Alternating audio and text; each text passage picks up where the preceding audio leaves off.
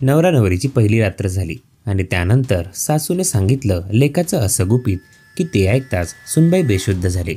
दरम्यान काय आहे नेमकं प्रकरण ते जाणून घेण्यापूर्वी चॅनलला सबस्क्राईब करायला विसरू नका। आग्रा येथील तरुण तरुणीचं 40 दिवसांपूर्वी लग्न झालं होतं। लग्नानंतर दोघेही खूप आनंदी होते। लग्नानंतर त्यांची पहिली रात्र म्हणजे सुहागरात होती। त्या रात्री पत्नीने पतीला आंघोळ करायला सांगितली, पण तो टाळू लागला। पत्नीने आग्रह केल्यावर पत्नीने गंगाजलचे 4 ते 5 थेंब अंगावर टाकले। हा प्रकार सुरू असताना पत्नीने पतीबाबत सासरच्या मंडळींकडे तक्रार केली। त्यानंतर जेव्हा सासूने पत्नीला हकीकत सांगितली तेव्हा तिला धक्काच बसला। त्यानंतर क्षणाचाही विलंब न करता ती आपल्या माहेरच्या घरी गेली। पत्नीने आईवडिलांच्या घरी जाऊन पतीविरुद्ध पोलिसात तक्रार दाखल केली।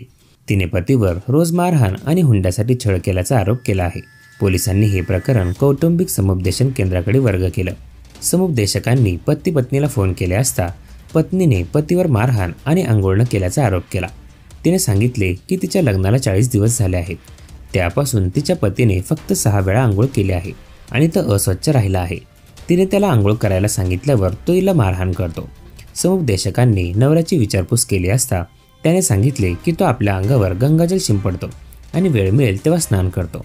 आता समुपदेशक डॉक्टर सतीश किरवार यांनी पती पत्नीला एकत्र बसून समजावून सांगितल्यावर पत्नीने अनोखी अट घातली आहे। रोज आंघोळ केल्याशिवाय पतीसोबत राहणार नाही असं पत्नीने म्हटलं आहे। तिच्या पतीने पोलीस आणि समुपदेशकांना तो रोज आंघोळ करेल असं लिहून दिलं तरच ती त्याच्यासोबत जाईल। आता या दोघांना पुढील तारीख देण्यात आली आहे।